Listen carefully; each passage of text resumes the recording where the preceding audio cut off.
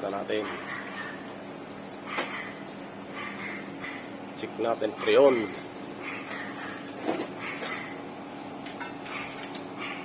Ayan. Nagkakarga tayo ng freon. R32 para sa Panasonic inverter. Ayan.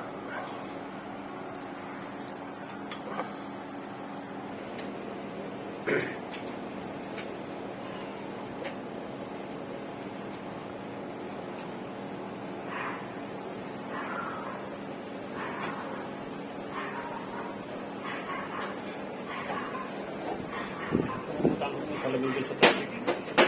Ha? Nakalimutan ko yung salabing sa traffic. Ayan. Nasa 150 lang ang karga, kaya kulang. Kailangan mga 170. 175? 174. 174. May tawad pag isa pa. Ayan.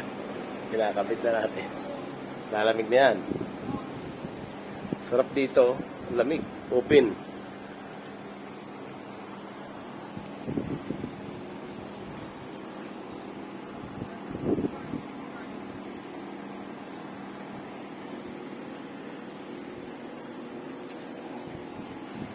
Ayan guys.